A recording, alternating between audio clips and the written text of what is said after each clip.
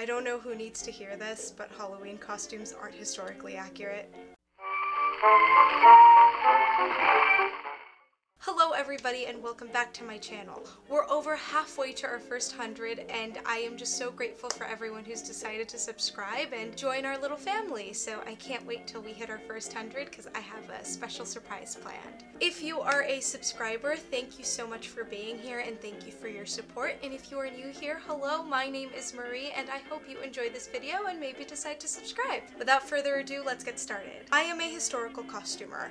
However, I have only been doing historical costuming for 2 years. So today I wanted to share some tips and tricks that I learned while I was beginning my historical costuming journey. And I hope that at least one of these speaks out to you or helps you in some way. Tip number 1 is learn how to sew. When I started historical costuming, I already knew how to sew. However, that might not be true for everyone. And my biggest piece of advice is learning how to sew. While you can absolutely buy historically accurate garments, they do run for quite a bit of money, and understandably so because these are one-of-a-kind dresses or outfits, and they take a long time to make. So I completely understand why they cost so much money, and this isn't bashing anybody who sells their wares for the appropriate price. But if spending hundreds and hundreds of dollars on a garment isn't feasible for you, I definitely recommend you learn how to sew. You don't need a $400 sewing machine or fancy gadgets to learn how to sew. Literally all you need is a needle and thread, and fabric, of course. Before you actually embark on your first full project, I definitely recommend you learn the basics of sewing. So learn how to sew a seam, learn how to sew a buttonhole. You can practice on some cheap fabric. Don't spend hundreds and hundreds of dollars on practice fabric and practice materials, because they're just for practice and nobody's gonna see them. Also learn the sewing vocabulary. You'll definitely need this when you start learning to read patterns, which I'll touch on a little bit later in this video.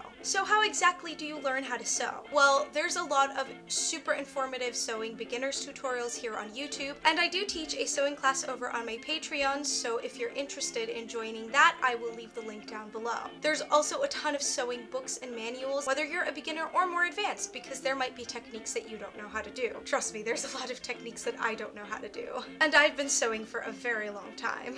When you finally decide what your first project is going to be, don't get frustrated. Your first couple of projects probably aren't going to be wearable, and that's okay, you're learning. Reminder that even the most advanced of people were once beginners too. I know in this digital age that we constantly see things that are so beautifully done and amazing, and we want to make stuff that looks just like that too. I can tell you when I first started sewing, the very first dress that I made, which was a 1920s flapper dress, was horrible. It looked like a flour sack, and I'm being nice to myself. Needless to say, that didn't stop me from sewing, but it definitely taught me a few things. And that's the goal when you're doing practice projects. Each project should be teaching you new things. So don't give up on yourself if you made something that doesn't look like somebody who's been doing it for years. It takes time and practice. Keyword practice. If you don't practice, you'll never get better. Tip number 2, do your time period research. The era that's really gotten me into historical costuming is the Victorian era. However, that's a 60-year time period. So when I was creating my first project, I had to narrow down which decade and which year of the Victorian era I was going to do, as the silhouette changed ridiculously rapidly throughout that 60-year period. If you're looking to make something 100% accurate, do your research. Luckily, in the year 2020, we have so many resources to look at. There, of course, is Google. You type in something and millions of results will show up in a matter of seconds. However, some articles on Google can be a little sketchy, so I definitely recommend that you do further research. Depending on the time period, there are also photographs available or fashion plates, and definitely look at those. While usually the proportions in fashion plates are skewed, they do give you a general idea of what the preferred or correct silhouette of that era was. And photographs, of course, are a first-hand visual resource that you can use. Also, do look at portraits and paintings. While there might be a few embellishments added here and there, they are also a great representation of clothing and style of the era. Also, look at YouTube channels. I'm going to link my favorite channel, The Ultimate Fashion History, down below. She is an amazing resource. I used her when I had to design a 1930s film for a design class I was was in, and she just breaks everything down bit by bit, and she'll go through the entire decade. They are long videos, so definitely grab a snack and a cup of tea and enjoy. There are also shorter videos from a lot of other historical costuming YouTubers that you can definitely check out. They are amazing resources because they have also done their research. And I will definitely be posting some fashion history videos as well in the near future. Also check out books. Books are also an incredible resource when it comes to fashion history. Some books are better than others, so do your research as to what exactly you're looking for. Look at books that are specific to that time period you're looking for and not just general fashion history books. Please do not look at Hollywood films for historical accuracy.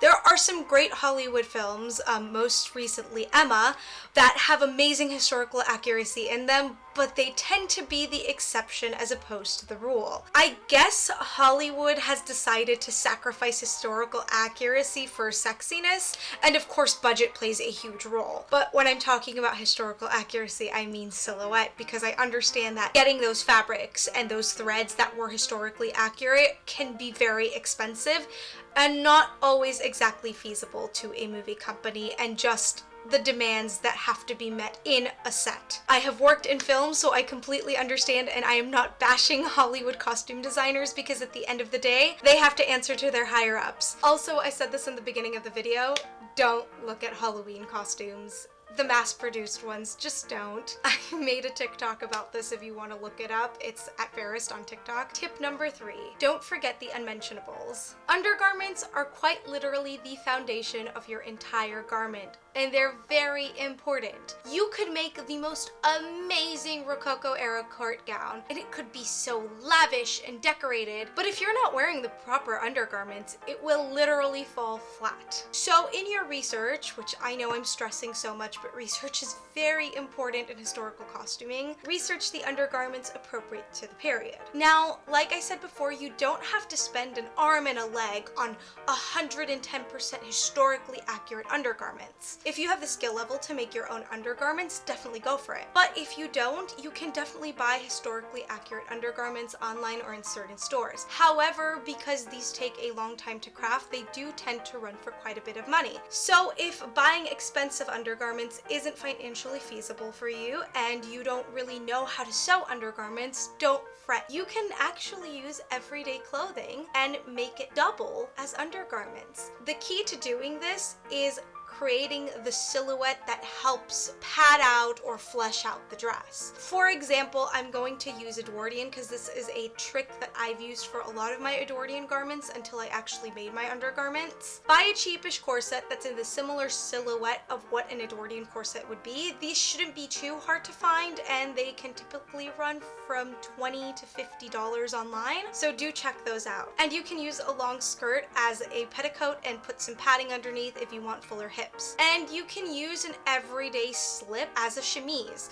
I definitely recommend buying a slip if you're doing any sort of historical costuming, as a slip-like garment tended to be normal in most periods. Of course, the undergarments that you'll need will vary from era to era. Tip number 4, make something you love. Now, there will be a lot of people saying that you should start in this era because it's simpler, and that's absolutely valid, and you should definitely take that into consideration if you're just a beginner. However, my personal philosophy is if you're gonna do anything, you better love it and be passionate about it. So let's take my love for Edwardian garments and Victorian garments versus Regency garments. Regency garments are absolutely far easier to make, and they're very simple, they're a beautiful silhouette, and they don't require a lot of little tricks to pad out certain areas and reduce certain areas. While I do like the Regency era, it's not something that I'm in love with like I am with the Victorian era. And yes, Victorian garments are much harder, but for me, that's what makes it rewarding. I love the challenge, and sometimes I get frustrated and I cry in a corner for a few hours, but when I actually finish it, I know that it was all worth it because I have something that I love and I created. So pick an era that you love.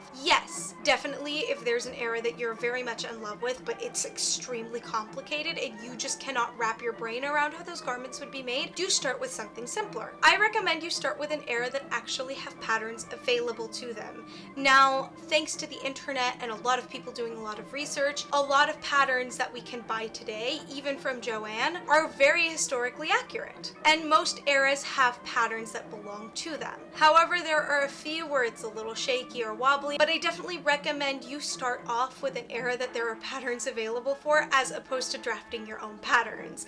Drafting your own patterns is not easy. Now, there are patterning classes and drafting patterns classes, and I also teach those on my Patreon.